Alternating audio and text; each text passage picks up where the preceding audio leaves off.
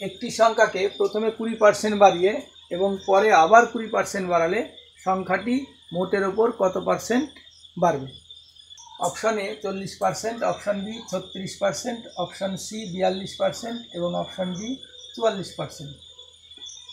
এইবার যদি বলি যে আমার সংখ্যাটি হচ্ছে এক্স, তাহলে প্রথমে যদি 20% বৃদ্ধি পায় তাহলে এখানে 20% বৃদ্ধি পেলে কত হবে? 100তে 20 বাড়লে হবে 120। এরপরে আবার বলেছে 20% আবার বৃদ্ধি পাবে, তাহলে এবার 120তে কত বাড়বে সেটা হিসাব করবো। আচ্ছা, যদি আমার 100 থাকতো এখানে তাহলে হতো কত? 120। তাহলে 10-এ থাকতো 12, এখানে 10 থাকে এখানে 12 হতো, সবাইকে যেন 10 দিয়ে ভাগ করেছি।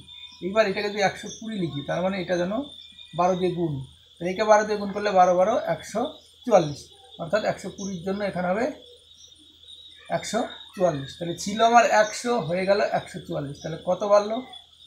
44, অর্থাৎ 100তে আমার 44% বৃদ্ধি পাবে। তাহলে অপশন ডি হবে আমাদের সঠিক উত্তর।